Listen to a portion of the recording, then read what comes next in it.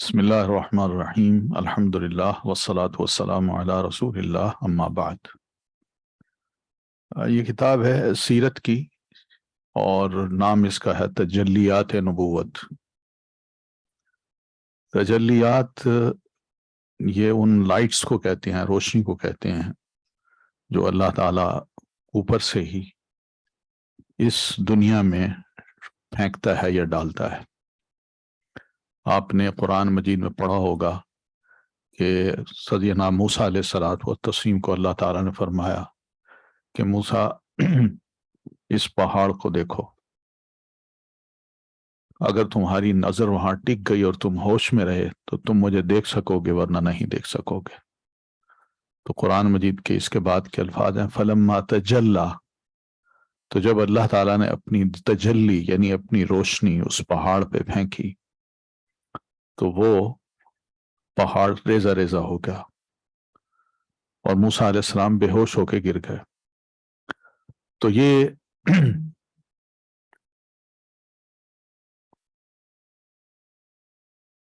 یہ جو تجلیات ہیں، تجلی کی جمع ہے، یعنی تجلیات نبوت سے مراد یہ ہے کہ نبی ہونے کی جو روشنیاں ہیں وہ کیا کیا ہیں۔ ایک آدمی، انسان کسی بھی معاشرے میں جیتا ہے، اٹھتا ہے، بیٹھتا ہے، رہتا ہے، لوگوں کے ساتھ معاملات کرتا ہے، تو اس کی عادات میں، اس کے اخلاق میں، اس کے کردار میں، اس کی گفتگو میں کیا چیز نظر آتی ہے جس کو ہم روشنی کہہ سکتے ہیں۔ تو نبی ہونے کی بھی کچھ روشنیاں ہوتی ہیں، تو یہ روشنیاں اللہ تعالیٰ کسی بھی نبی کو نبوت سے پہلے بھی اور نبوت عطا کرنے کے بعد بھی عطا کرتا ہے۔ تو یہ از خود وہ دعوے نہیں کرتا، یعنی جو نبی بنتا ہے یا جس کو اللہ نبی سلیکٹ کر لیتا ہے وہ از خود دعویٰ نہیں کرتا کہ میں بچپن میں، جوانی میں نبی تھا یا یہ نبوت کی علامات ہیں۔ ایسا نہیں ہے مسئلہ، بلکہ وہ اپنا وقت گزارتا چلا جاتا ہے خاموشی کے ساتھ، اور پھر اچانک جب اس کو وحی نصیب ہوتی ہے اور اللہ اس کو منتخب کر لیتا ہے اپنی رسالت کے لیے، تب اس کو اندازہ ہوتا ہے کہ بچپن میں، جوانی میں میرے ساتھ کیا کچھ ہوتا رہا۔ اس لیے نبی علیہ الصلوۃ والتسلیم کے بہت سے واقعات ہم پڑھیں گے کہ آپ کی بچپن کے اور جوانی کے جو واقعات ہیں وہ حیران کن ہیں کہ ہر انسان کے ساتھ، ہر بچے اور نوجوان کے ساتھ یہ پیش کیوں نہیں آتے، اور نبی علیہ الصلوۃ والتسلیم کے ساتھ یہ کیوں پیش آئے ہیں۔ جیسا میں عرض کر چکا ہوں کہ آپ نبی بننے کے بعد ہی آپ کو ان تمام چیزوں کا اندازہ ہوا، نبوت سے پہلے نہیں ہوا۔ مثلا جبریل علیہ السلام کا سیدہ سعدیہ، ان کے ہاں آنا اور اللہ کے رسول صلی اللہ علیہ وسلم کو لٹانا اور آپ کا کیا کہتے ہیں، دل باہر نکال کے اس کو صاف ستھرا کرنا، اس کے اندر نور بھرنا، یہ کوئی ایسی چیز ہے جو اللہ کے رسول نے خود دیکھی۔ لیکن جو دوسرے تھے وہ اتنا بس جان چکے کہ آپ کو پکڑا ہے، کسی نے لٹایا ہے، بس۔ اور بعض واقعات میں یہ بھی ہے کہ آپ کو یعنی چیرا ہے اور آپ کا دل نکالا ہے اور اس میں کچھ نور بھرا ہے، لیکن یہ چیزیں نبی علیہ الصلوۃ والتسلیم کی طرف سے نبی بننے کے بعد ہمیں پتہ چلی ہیں، نبی وہ سے پہلے پتہ نہیں چلی۔ تو ایک تو یہ چیز ہے۔ پھر اسی طرح آپ فرماتے ہیں نبوت سے پہلے میں جب یہاں سے اپنے گھر سے غار حرا جاتا تھا تو میں ایک پتھر کو جانتا ہوں جو مجھے سلام کیا کرتا تھا۔ تو اس طرح کی کئی چیزیں ہیں، کئی واقعات ہیں جو انبیاء کرام کے ساتھ نبوت سے پہلے پیش آتے ہیں، مگر نبی کبھی بھی اس کو اپنے نبی ہونے کی دلیل نہیں بناتا۔ وہ اللہ کی طرف سے ایک لائٹ ہوتی ہے۔ کبھی دیکھو تم جو سوچتے ہو ماحول میں کچھ بھی ہو رہا ہے، کوئی غیبی قوت ہے جو تمہاری مدد کر رہی ہے اور تمہیں روشنی دکھا رہی ہے کہ تم نے کیا کچھ کرنا ہے، تمہارا کل کو جو ماضی بنے تو وہ ماضی داغدار نہ ہو، لوگ اس کی طرف اشارے نہ کریں۔ تو اس وجہ سے نبی ہونے سے پہلے کی بھی کچھ روشنیاں ہیں اور نبی ہونے کے بعد کی بھی بہت سی روشنیاں ہیں۔ انہی روشنیوں کی مناسبت سے اس کا نام تجلیات نبوت رکھا گیا ہے۔ تو ہم اس میں مراد یہ ہے کہ نبی علیہ الصلوۃ والتسلیم کی سیرت کا مطالعہ کریں گے. سیرت کا، سیرت عادت کو کہتے ہیں، اخلاق کو کہتے ہیں. اپنے دن رات کو جو انسان گزارتا ہے اور لوگوں کے درمیان رہ کے جس طرح گزارتا ہے، تو اس میں اس کا کردار ابھرتا ہے، اس کا اخلاق سب لوگوں کو نظر آتا ہے.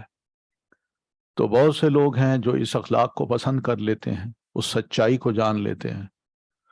تو اس وجہ سے نبوت سے پہلے کی جو سیرت ہے وہ بھی سیرت کی کتابوں میں بیان کی جاتی ہے، اور نبوت سے بعد کی جو سیرت ہے وہ بھی نبی علیہ الصلوۃ والتسلیم کی وہ بیان کی جاتی ہے. تو ان دونوں کو پڑھنے کا مقصد کیا ہوتا ہے؟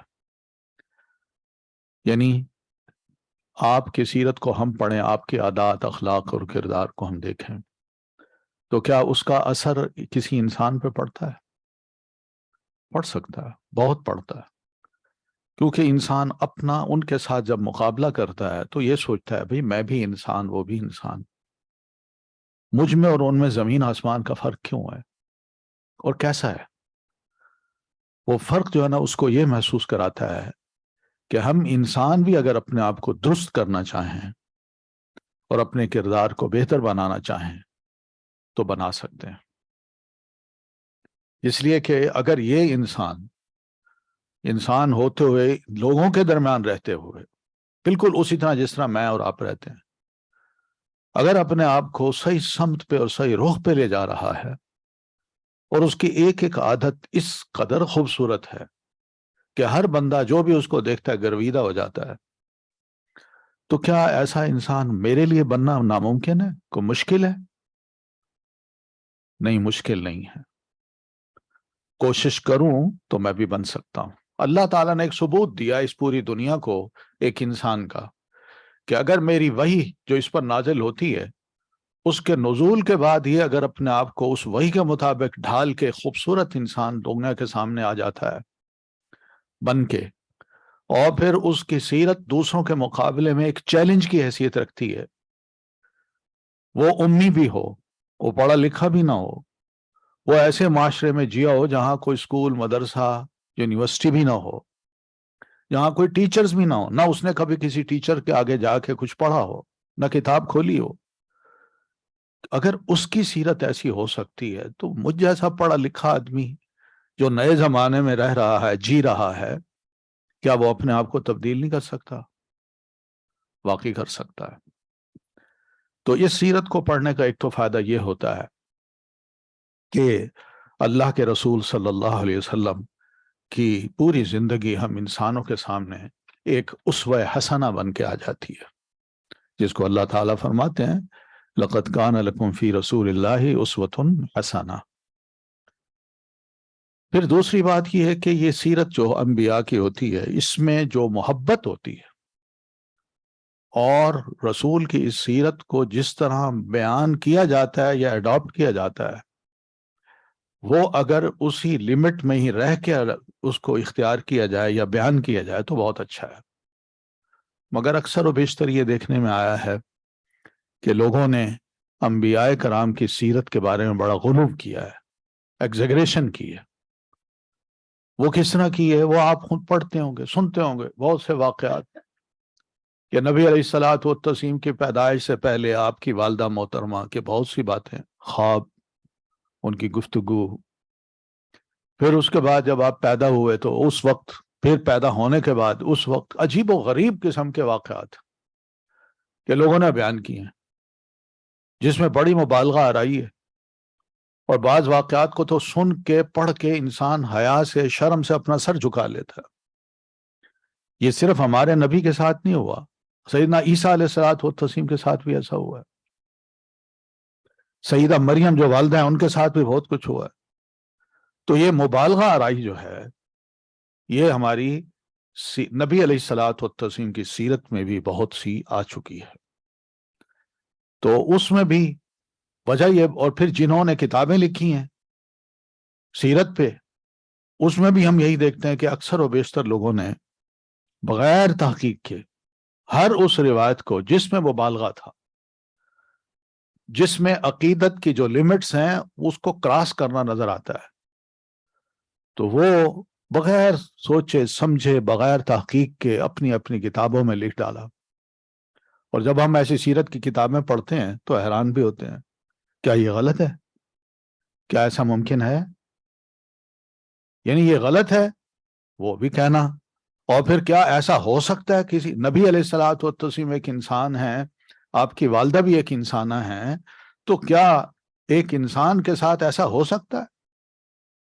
تو یہ سوالات پھر ذہن میں آتے ہیں، پھر وہ سارے معاملے مشکوک ہو جاتے ہیں، اس میں شک سا پڑ جاتا ہے. تو اس لیے سیرت کو پڑھنے کے لیے، سیرت کو جاننے کے لیے اکثر و بیشتر جو کتابیں ہیں آپ کو وہ ایسی ملیں گی جس میں غلط سلط روایات کو اکٹھا کر کے بیان کر دیا گیا بغیر تحقیق کے.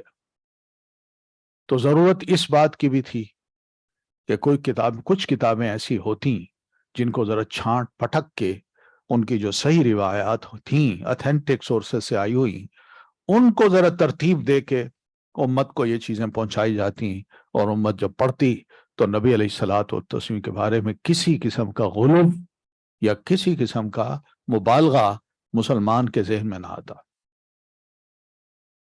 مبالغے تو بہت ہیں، آپ نے دیکھے ہوں گے، سنے بھی ہوں گے. نبی علیہ الصلوۃ والتسلیم کے بارے میں یہ مبالغہ کہ آپ انسان نہیں تھے، بشر نہیں تھے. اب یہ قرآن مجید جو کہے یہ مبالغہ ہے، میں اس کو نہیں مان رہا، مگر مبالغہ رائی کو پسند کرتا ہوں کہ آپ بشر نہیں تھے. پھر اسی طرح اور کئی چیزیں ہیں جن کا ذکر انشاءاللہ اللہ نے چاہا تو ہم وقتاً فوقتاً کرتے رہیں گے. تو ایک تو یہ ہے کہ سیرت کو پڑھنے کے لیے اتھینٹک کوئی بکس ہونی چاہیے. تو ان بکس میں یہ ایک کتاب ہے جس کا نام ہے تجلیات نبوت. یہ حقیقت ہے کہ یہ لکھنے والے جو ہے نا، یہ صرف سیرت نگار نہیں ہے. یہ جو کتاب کے آتھر ہیں یہ بہت بڑے محدث بھی ہیں، اور حدیث کی بھی ان کو پہچان ہے. صحیح ضعیف احادیث اور موضوع روایات اس کی بھی ان کو بھرپور پہچان تھی. تو اس لیے سیرت نگار وہی بہتر ہو سکتا ہے جس کو روایات کی تحقیق اور ان کی تنقیح اور ان کی توضیح کرنے کا ڈھنگ آتا ہو، تاکہ وہ تمیز کر کے اچھی چیزیں، محقق چیزیں، ثابت شدہ چیزیں وہ اپنی کتاب میں لکھ سکے، اور ہر بات پروفڈ ہو، ثبوت کے ساتھ کہ اللہ کے رسول صلی اللہ علیہ وسلم کی یہ بات میں اپنی طرف سے نہیں کہہ رہا، بلکہ یہ ثبوت ہے اس کا. پھر تیسری بات جو ہے نا وہ بڑی اہم یہ ہے کہ سیرت کو پڑھنے کا مطلب نہیں ہے کہ ہم ایک شخصیت کو اس کی پیدائش سے لے کر اور وفات تک کے جو حالات ہیں وہ جان لیں، بس یہی کافی ہے. سیرت یہ نہیں ہوتی، یہ تو ایک ہسٹری ہے جو ہم پڑھتے ہیں عام طور پر. سیرت یہ ہوتی ہے کہ اس کی شخصیت میں کون سا ایسا راز ہے یا چھپا ہوا کوئی ایسا جنتر منتر جس کو آپ کہہ دیں، لیکن ایسی چیز ہے، شخصیت ہے کہ اس کی ایک ایک ادا کو پڑھتا جاتا ہے انسان، سبحان اللہ کہتا جاتا ہے. اور اس میں میرے لیے اور آپ کے لیے کیا سبق ہے، یہ اصل چیز ہے سیرت کو پڑھنے کا، کہ انسان اس شخصیت سے متاثر بھی ہو، اس پر ایمان بھی لائے کہ واقعی اللہ کے رسول تھے، اور پھر دوسری بات یہ کہ ان کے کردار کو، اخلاق کو میں سراہتا ہوں، اور میں بھی خواہش کرتا ہوں کہ میں ایسا انسان بن جاؤں. سیرت کے یہ سارے پہلو جو ہیں نا وہ ہمارے لیے بہت بڑے اسباق بھی پیش کرتے ہیں، اور یہ اسباق بہرحال بہت اہم ہیں، جو میں سمجھتا ہوں کہ انشاءاللہ جب ہم کتاب شروع کریں گے تو اس میں ہم یہ سب کچھ انشاءاللہ تھوڑا تھوڑا یعنی ذکر بھی کرتے جائیں گے. تو کتاب شروع ہوتی ہے 35 پیج سے، ہم شروع کرتے ہیں.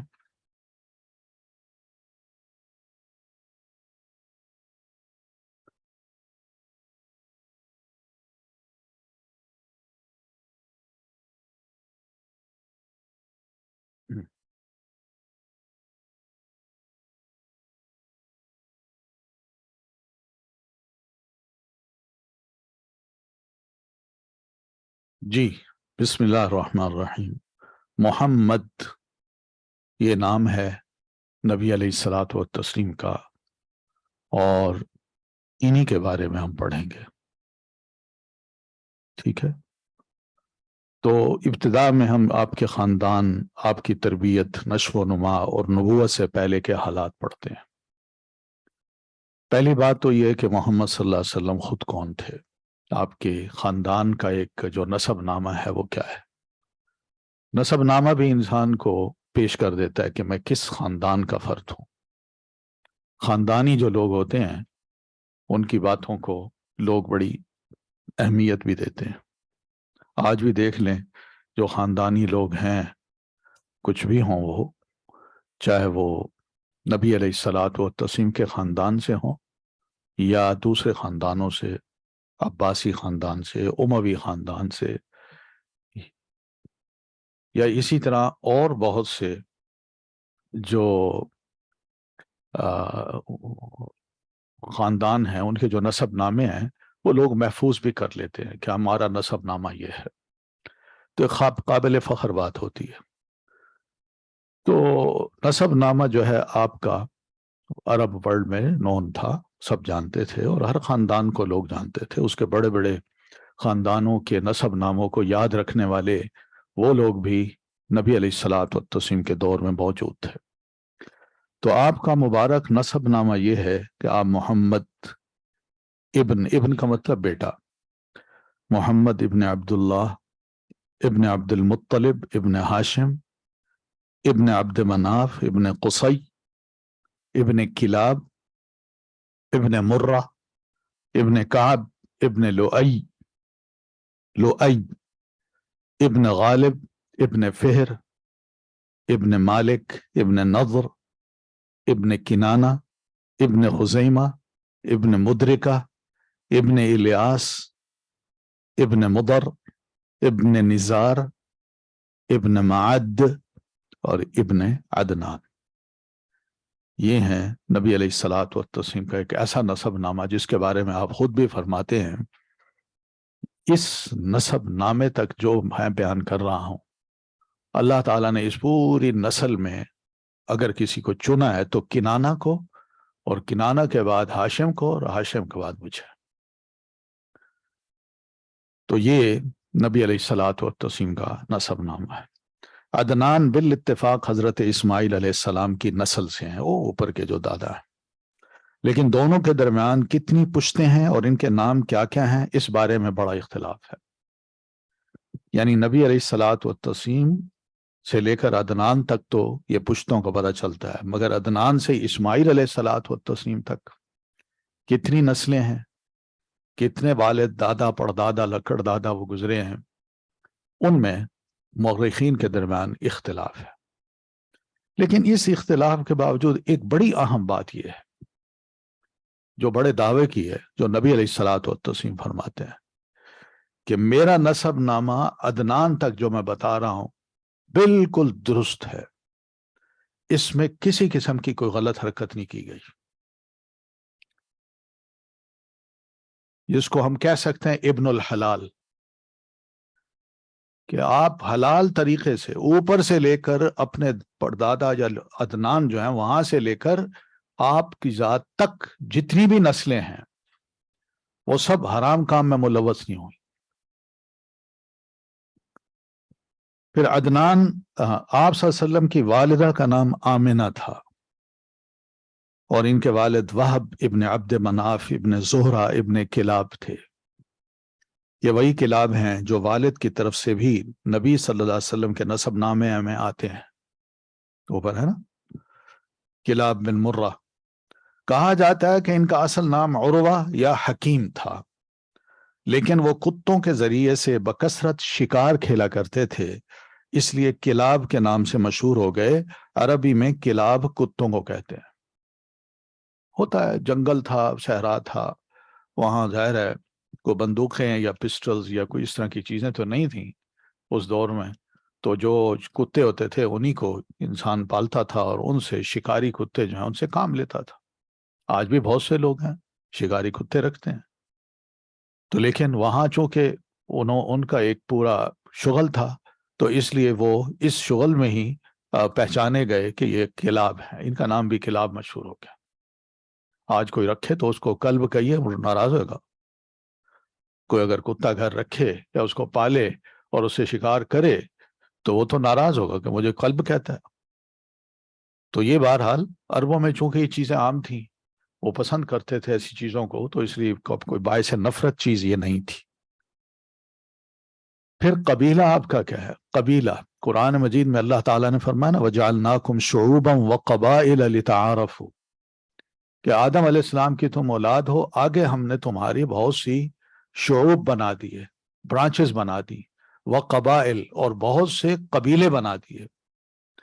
تو قبیلہ جو ہے یہ اس طرح بنتا ہے کہ ایک شخص کی جب اولاد آگے پھیلتی ہے تو ساری اولاد اپنے آپ کو اسی شخص کی طرف منسوب کرتی ہے، اور پھر اس کے بعد وہ ایک قبیلہ پہنانا جاتا ہے۔ جیسے مثال کے طور پر آپ قبیلہ قریش سے تعلق رکھتے تھے، جو پورے عرب میں سب سے معزز قبیلہ تھا۔ قریش دراصل فہر ابن مالک یا نضر ابن کنانہ کا لقب تھا، ٹھیک ہے نا؟ ایک لقب ہوتا ہے جس کو آپ کہہ دیں ٹائٹل، تو یہ جو ٹائٹل تھا جناب یعنی فہر کا تھا، یا نظر جو اوپر کے دادا ہیں ان کا تھا۔ تو ان کی جو نسل آگے سے چلی تو وہ نظر کی طرف منسوب کرنے کے بجائے یہ کہتے کہ نظری ہیں یا ہم فہری ہیں، تو اس لقب کو جو کہ قریش کا ان کا لقب تھا اس سے وہ مشہور ہو گئے اور وہ قریشی کہلائے۔ بعد میں اس کی اسی اولاد اسی نسبت سے مشہور ہو گئی۔ یوں تو اس قبیلے کو ہر دور میں سیادت حاصل رہی، سیادت کا مطلب قیادت، لیڈرشپ، لیکن قصی کو ایک منفرد مقام حاصل ہوا۔ قصی کا نام زید تھا، اور بچپن میں وہ یتیم ہو کر والدہ کے ساتھ ملک شام کے قریب قبیلہ عذرا میں جا بسا تھا۔ ہوتی تھی لڑائیاں قبائل کی، تو اپنی جان بچانے کے لیے یا ویسے ہی کہ بھئی یہ ملک رہنے کا نہیں ہے، یہ علاقہ رہنے کا نہیں ہے، یہاں سے نکلو، تو لوگ نکل کے کہیں سے کہیں چلے جاتے، تو وہ بھی چلے گئے۔ تو شام میں ایک قبیلہ عذرا تھا، تو وہاں میں جا کے یہ بسے اور وہیں پلے بڑے تھے، لیکن جوان ہو کر مکہ آ گئے، اور کچھ ہی دنوں کے بعد خانہ کعبہ کا متولی بن گیا، کیونکہ نسل وہی تھی، لوگوں نے ان کو ریسپیکٹ دی کہ بھئی یہ تو ہمارے بزرگ جو نظر بن کنانہ تھے، تو یہ تو ان کی اولاد ہے، ان کا پوتا ہے، پڑ پوتا ہے، تو ان کا حق زیادہ بنتا ہے۔ تو بہرحال وہ متولی بن گیا۔ متولی کا مطلب یعنی اس کا کیئر ٹیکر، جو خانہ کعبہ تھا اور خانہ کعبہ کے جتنے بھی مناسک تھے ان سب کا نگران کیئر ٹیکر وہ بن گیا۔ یہ قبیلہ قریش کا پہلا شخص تھا جو خانہ کعبہ کا متولی بنا۔ متولی ہونے کا مطلب یہ تھا کہ اسی کے ہاتھ میں خانہ کعبہ کی کنجی ہوتی تھی، وہ جس کے لیے جب چاہتا کعبے کا دروازہ کھولتا تھا۔ یہ بڑی عزت کی بات ہے، جیسے آج بھی انہی کی نسل سے وہ آج بھی جو عرب ہیں سعودی، ان کے پاس چابی ہے، وہ کھولتے ہیں اور جس کو چاہتے ہیں اندر داخل کر دیتے ہیں، جس کو چاہتے ہیں خود کر۔ ہم جتنی بھی وہاں جا کے دعائیں کریں، اللہ نے اگر نصیب میں لکھا ہوتا تو دروازہ کھل جاتا ہے، ورنہ مشکل ہے۔ علاوہ ازیں قریش مکہ سے باہر آباد تھے، اس نے انہیں اندر لا کر آباد کیا۔ انہوں نے کہا بھائی آؤ حرم کے پاس رہو، یہ ہمارا اپنا ہے علاقہ۔ اسی نے حاجیوں کے لیے میزبانی کا طریقہ بھی ایجاد کیا، جس کو قرآن مجید میں کہا اجعلتم سقایت الحاج و عمارت المسجد الحرام، کہ حاجی جو ہے ان کو پانی پلانا، ستو پلانا، اور یعنی اس طرح کے کچھ کام شرک کے ساتھ کرنے کو ایسا سمجھ لیا ہے کہ جیسے ایک مومن ہے جو سب شرک کو چھوڑ کر صرف اللہ کی عبادت کرتا ہے۔ یہ دونوں برابر نہیں ہیں۔ تو بہرحال اس نے میزبانی کا طریقہ بھی ایجاد کیا۔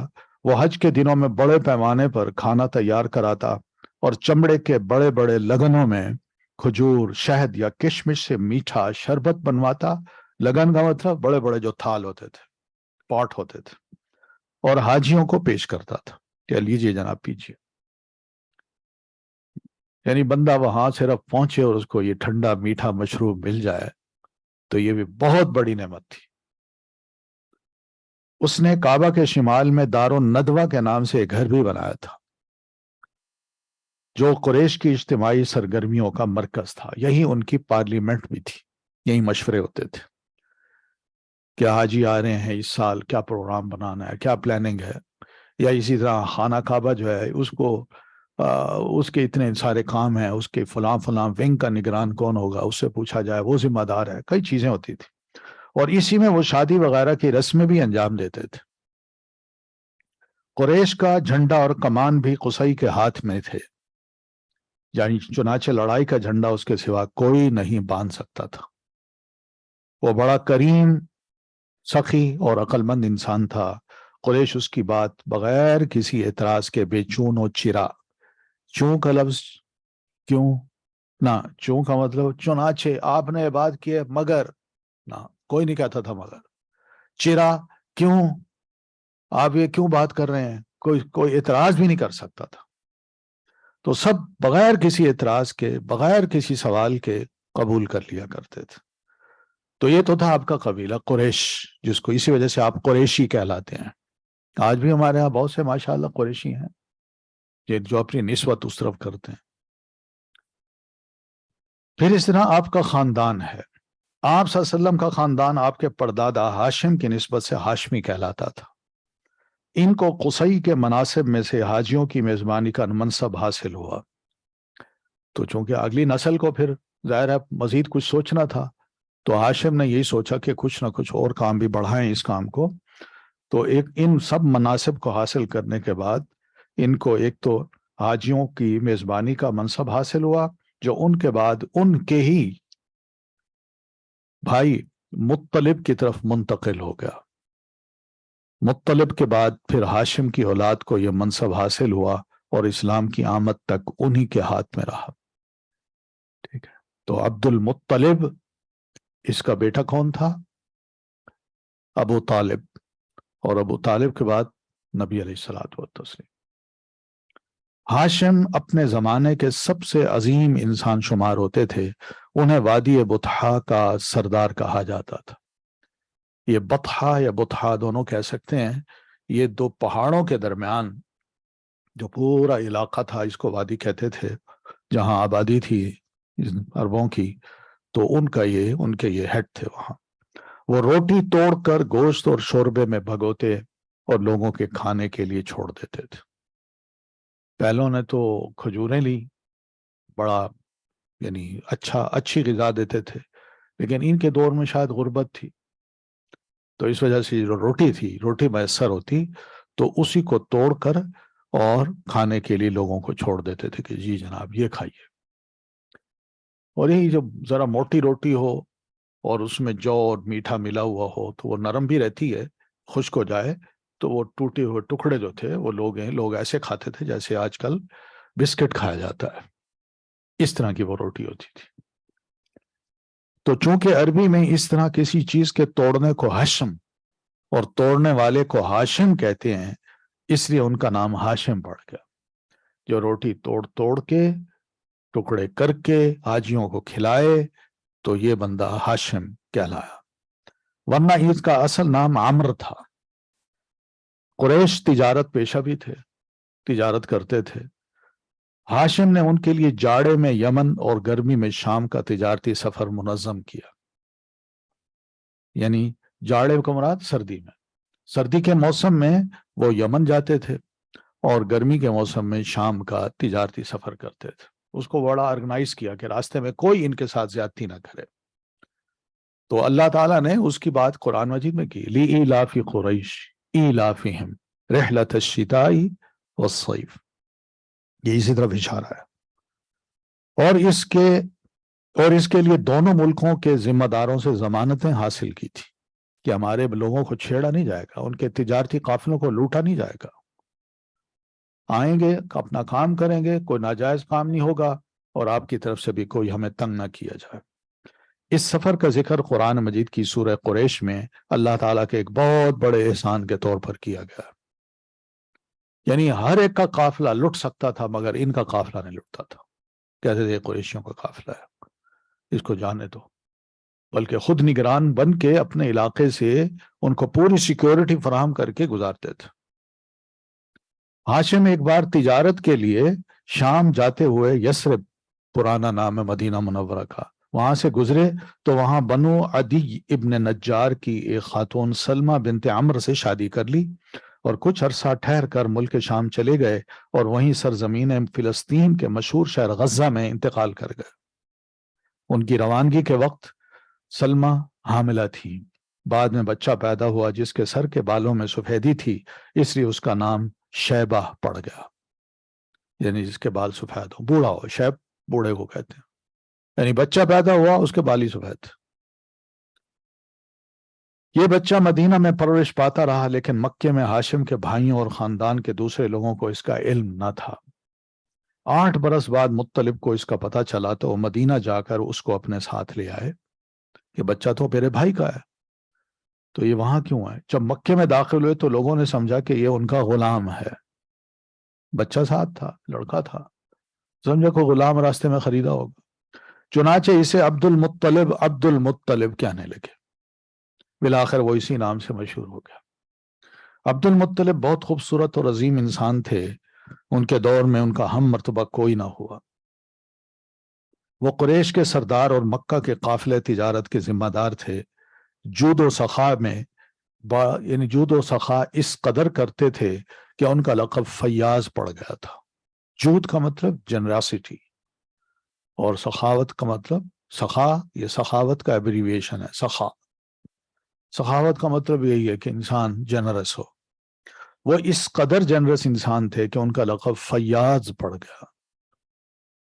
ان کے دسترخوان کا پس خوردہ یعنی بچا ہوا، یعنی ان کے دسترخوان پہ جو کھانا بچ جاتا تھا وہ مسکینوں، جانوروں اور چڑیوں کے کھانے کے لیے رکھ دیا جاتا تھا، اور اس بنا پر ان کا یہ عرف بن گیا تھا، زمین پر انسانوں اور پہاڑ کی چوٹیوں پر وحشی جانوروں اور چڑیوں کو کھلانے والا۔ تو یہ بہرحال یہ چیز بڑی اچھی چیز تھی۔ ہمارے ہاں بھی کھانا بچ جاتا ہے، ہم ٹکڑے بجائے اس کے گاربیج میں پھینک دیں، یہی چیزیں اکٹھی کر کے انسان ذرا کہیں کہیں ڈال دے تاکہ پرندے، جانور، کوئی گلہری وغیرہ یہ آئیں اور کھائیں، ان کا پیٹ بھرے۔ انہیں زمزم کا کنواں کھودنے کا شرف بھی حاصل ہوا۔ اس کنویں کو بنو جرہم نے مکے سے جلاوطن ہوتے وقت پاٹ دیا تھا، یعنی مکے سے بنو جرہم جو یمن سے آئے تھے حضرت اسماعیل علیہ السلام کے دور میں، اور اما ہاجرہ سے پوچھ کے اس جو زمزم کا کنواں تھا اس کے ارد گرد انہوں نے اپنی آبادی رکھ لی تھی۔ تو بعد میں کچھ غلط فہمیاں ہوئیں، لڑائیاں شروع ہو گئیں، تو مکی لوگوں نے ان کو کہا نکل جاؤ یہاں سے۔ تو جب نکالا ان کو تو وہ جاتے ہوئے زمزم کا جو کنواں تھا اس میں پتھر ڈال کے اس کو بند کر کے چلے گئے۔ اس وقت سے اس کی جگہ نامعلوم چلی آ رہی تھی۔ پرانی لڑائیاں تھیں، لڑائیوں میں بڑے بدلے لیے جاتے تھے، عجیب و غریب قسم کے کام تھے۔ تو عبد المطلب کو خواب میں اس کی جگہ بتائی گئی اور کھودنے کا حکم دیا گیا۔ تو خواب جو مسلمان ہیں ان کو بھی سچے آتے ہیں اور غیر مسلم کو بھی سچے آ سکتے ہیں، یعنی یہ نہیں ہے کہ ہم ان کو کہیں نہیں تمہارا خواب غلط ہوتا، صرف ہمارا خواب ہی صحیح ہوتا ہے۔ یہ عبد المطلب کیا تھے؟ اس وقت ایک مشرکانہ مذہب تھا اور سارے ان کے فالوور تھے، مکے میں بت، حرم میں بت لگے ہوئے تھے، یہ خود ان کی عبادت کیا کرتے تھے۔ لیکن ایک اچھے کام کے لیے اللہ تعالیٰ نے ایک وقت کے بڑے لیڈر کو ایک خواب دکھا دیا کہ کنواں اس جگہ پہ ہے۔ تو جو جگہ بتائی گئی اس نے کھودنے کا حکم دیا، انہوں نے کھودا تو پرانا کنواں برآمد ہو گیا، واقعی وہاں کنواں تھا۔ تو یہ بہرحال ابتدا ہے سیرت کی ان پہلوؤں کی جو نبی علیہ السلام کی آمد سے پہلے آپ کے خاندان کی ہے۔ تو انشاءاللہ اس پہ مزید گفتگو پھر ہم کل کریں گے انشاءاللہ۔ کوئی سوال ہو تو ان کو لکھ لیجئے گا، وہ میں آتے ہی پہلے جواب دوں گا اور پھر اس کے بعد انشاءاللہ ہم اس کتاب کو پڑھیں گے۔ بہت شکریہ۔ السلام علیکم ورحمۃ اللہ وبرکاتہ۔